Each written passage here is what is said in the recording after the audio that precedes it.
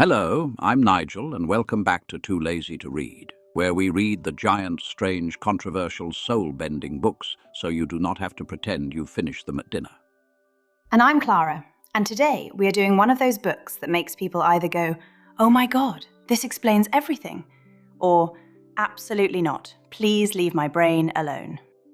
Very much that second one for some people, yes. Today we are diving into Journey of Souls by Michael Newton. Which is not a small little self-help pamphlet about being positive and drinking more water. No. It is a book built around a much bigger claim than that. Michael Newton was a hypnotherapist and counselor, and in this book he says that while regressing clients into past life memories, he discovered that some of them could also describe what happened between lives. Not just previous lives on Earth, but the whole in-between stage. Death, departure, the tunnel, the spirit world, guides, soul groups, life planning, body selection, rebirth, the lot.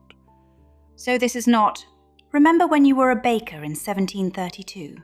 This is, "What was your soul doing in the cosmic waiting lounge before it came back?" Exactly. Newton presents it as a kind of map of the afterlife, or at least a map of what his hypnotized clients consistently reported. And that word consistently matters a lot, because his whole argument rests on it. He says he started skeptical, he did not set out to prove any of this, and he became convinced because different people from different backgrounds kept describing similar things. Which is a very neat setup for a book, because it gives it an almost detective story shape. A man tries to solve one kind of problem and suddenly finds himself knee-deep in cosmic admin. Yes. And one thing I want to say right at the start, because it is the fairest way to read the book, Newton absolutely believes what he is reporting. He does not present this as poetry or metaphor. He thinks his clients are recalling real soul memories under hypnosis. But the book itself also knows that some readers will not buy that.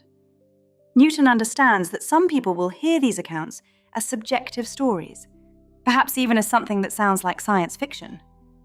His move is not to drag everyone by the collar into belief. It is to say, look at the pattern, look at the consistency, and then consider what it might mean if these reports are accurate. Spot on. He does not say, here is the final scientifically settled answer to death. He says, more or less, here are the patterns I found across many cases, and this is the model they built. So the right way to listen to this episode is not as us declaring what the afterlife definitely is. It is us explaining the full world this book builds. Which, to be fair, it does very confidently. This book does not tiptoe in and whisper, maybe there's something after death. It kicks the door open and says, there is a structure. There are teachers, there are soul groups, there are planning meetings, and yes, apparently even eternity has prep class. It does. And honestly, whatever one thinks of Newton's method, the book is memorable because it is so organized.